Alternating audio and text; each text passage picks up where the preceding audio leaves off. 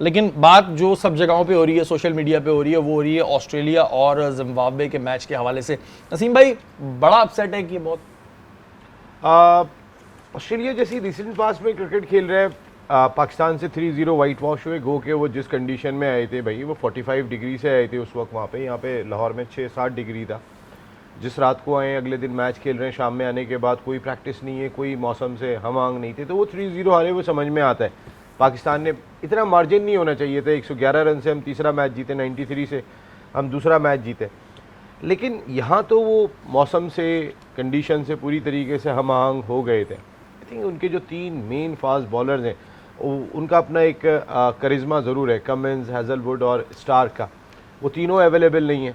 बहुत सारे लोग तो बात कर रहे हैं कि वर्ल्ड कप के फ़ौरन बाद IPL है, तीनों बड़े मेन बॉलर हैं अपनी फ्रेंचाइज के, तो ख़ुद को उसके लिए तैयार कर रहे हैं, लोग बात कर रहे हैं। लेकिन कमिंस एक टेस्ट मैच खेले थे एशेज़ का, पूरी नहीं खेल सके थे, वो कमर की तकलीफ़ के अंदर है। और ऑस्ट्रेलिया, इंग्लैंड, ये वो प्लेयर्स हैं जिनके लिए नेशनल ड्यूटी मैंने देखा है कि पहले ज़्यादा होती है, इंपॉर्टेंट होती है। तो उन तीनों को मिस किया यहाँ पर। फिर एक डेविड वार्नर का फैक्टर बड़ा इंपॉर्टेंट था। डेविड वार्नर बड़े कंसिस्टेंट परफॉर्मर थे। ट्रेविस हेड ने 1-2 बारियां ऐसी ली हैं, या मैक्सवेल ने ऐसी बारियां ली हैं कि वो सबको हिला के रख दिया उन्होंने। मैक्सवेल को तो 4 मैं भूल ही छक्के नहीं मार सकता। दिए, इंडिया के खिलाफ 100 कर दिया फाइनल में।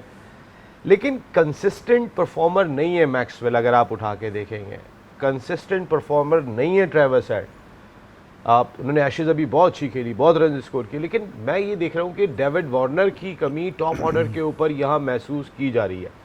और इनकी टीम, ऐसा लग रहा है एशेज़ जीतने के बाद इन्होंने सब कुछ जीत लिया है। बहुत रिलैक्स, पाकिस्तान में तो बड़े रिलैक्स भी दिखाई दिए थे। हम इसमें जिम्बाब्वे का बिल्कुल भी एलिमेंट छीन नहीं रहे जो उन्होंने फतह हासिल की है। लेकिन 169 ऑस्ट्रेलिया बनवाता है जिम्बाब्वे के खिलाफ, मेरे ख्याल है वो भी सिर्फ 2 खिलाड़ी आउट कर पाए, वो मेरे हिसाब से ज़्यादा रन है। फिर आप ऑस्ट्रेलिया अपना फ्लेवर कभी भी नहीं छोड़ता, वो जिस तरीके से क्रिकेट खेलते हैं उसी तरीके से खेलते हैं, चाहे उनके 2 आउट हो जाएं, 3 आउट हो जाए। लेकिन मैक्सवेल ने जिस तरीके की दरमियान में गो के 3 आउट हुए थे, लेकिन जो उन्होंने बैटिंग की, वो मैक्सवेल इस तरह तो खेलते ही नहीं। अच्छा, 2007 में भी एक दफा हराया था और अब 2026 में हराया है, इनको हराया है, इनको हराया है। अच्छा, जब से ये मैच खत्म हुआ है तब से एक बहस छिड़ गई है और शायकीन क्रिकेट बड़े अपसेट भी हैं। कई क्रिकेटर्स का और मद्दाहों का ये मानना है कि 2023 में आलमी चैंपियन बनने के बाद ऑस्ट्रेलियन टीम ने जो है वो अपना तसलसल जो है वो उनका टूटना शुरू हो गया है। 2024 की T20 वर्ल्ड कप में ऑस्ट्रेलिया सेमीफाइनल तक नहीं पहुंच सकी थी। 2025 की चैंपियन ट्रॉफी में इंजरी टीम से मुतासर हुई और अब जो मौजूदा सूरत हाल है उसमें मुश्किलात का सामना हो रहा है। बहुत से लोगों का ये कहना है कि ये ऑस्ट्रेलिया का उरूज से जवाल की तरफ सफ़र शुरू हो चुका है। बाज़िफ, क्या कहेंगे आप इस पर? हाँ, बिल्कुल ऐसा है, क्योंकि ऑस्ट्रेलिया में जैसे नसीम भाई ने कहा कि कंसिस्टेंट परफॉर्मेंस की जो कमी है वो हमें नज़र आ रही है। दूसरा एक एलिमेंट इनका हमेशा जो मुझे काफ़ी कंसर्न करता है वो कैमरन ग्रीन की इंक्लूजन है। ऑस्ट्रेलिया की एक्सपेक्टेशंस जो कैमरन ग्रीन से हैं, मेरा नहीं ख्याल आज तक कैमरन ग्रीन ने कभी उस तरीके से डिलीवर किया है। ये बारहा उसको प्रमोट भी करते रहे, नंबर 3 पे भी खिलाते रहे, लेकिन मुझे नहीं समझ आती कि क्यों कैमरन ग्रीन इतने फेवरेट ऑस्ट्रेलियन क्रिकेट टीम में होते हैं, हालांकि इनकी मैच विनिंग परफॉर्मेंसेस ऑस्ट्रेलिया के लिए मुझे नज़र नहीं आई एटलीस्ट। तो ये एक बड़ा कंसर्निंग साइन है कि ऑस्ट्रेलिया जैसी टीम के पास इस वक्त स्क्वाड में जो है वो इतनी डेप्थ मौजूद नहीं है। दूसरा, इनकी लीडरशिप के प्रॉब्लम्स भी बहुत सारे हैं। मिचेल मार्श इनकी जनरली जो है वो T20 साइड को लीड करते हैं, लेकिन इस वक्त ट्रेविस हेड इनके कप्तान है। And then again when you are missing out on Steve Smith, उस पर भी काफ़ी बहस हुई थी कि स्टीव स्मिथ जैसा एक्सपीरियंस खिलाड़ी, specially after what he did in the recent BBL, तो होना चाहिए था उनको स्क्वाड में। लेकिन अगेन स्टीव स्मिथ को भी इन्होंने काफ़ी मिस किया है।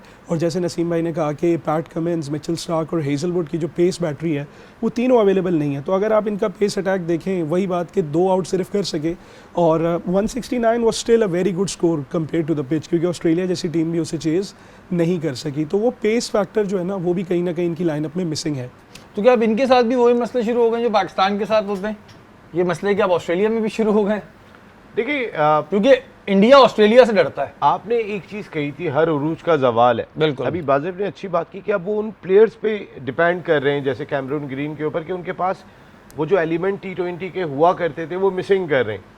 और दूसरी इंपॉर्टेंट चीज़ जो दिखाई देती है कि हर उरूज का जवाल है। हमने वेस्ट इंडीज़ स्याह आंधी को देखा, फिर एक मुश्किल टाइम भी उन पर देखा।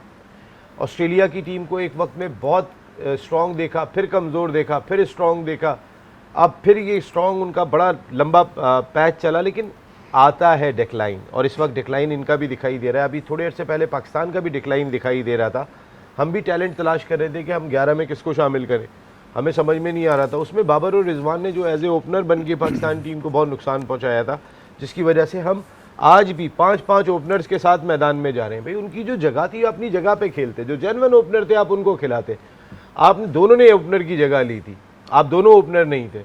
आज भी आपकी कोशिश होती है अपनी फ्रेंचाइज क्रिकेट से आप एज ए ओपनर खेलते हैं। मेरे ख्याल है जो जेन्युइन ओपनर हैं आपने उनको, उस वक्त शर्जील बहुत अच्छे थे, बुरे नहीं थे जब आपने शर्जील को खिलाया ही नहीं इन दोनों की वजह से। फ़खर 4 पे खेल रहे हैं, 6 पे खेल रहे हैं, वो जेन्युइन बैटर है। तो मेरा ख्याल यही है कि ऑस्ट्रेलिया का टाइम अब कुछ बुरा शुरू होने वाला है, वरना ऑस्ट्रेलिया टीम तो ऐसी थी कि भाई हम भी कहते थे इंडिया की टीम ऑस्ट्रेलिया से आज तक डरती है। जब भी इंडिया ऑस्ट्रेलिया का मैच होता है ज़्यादातर हमने देखा है कि ऑस्ट्रेलिया जीत जाता है, लेकिन बहरहाल अब ज़वाल का टाइम शुरू हो गया।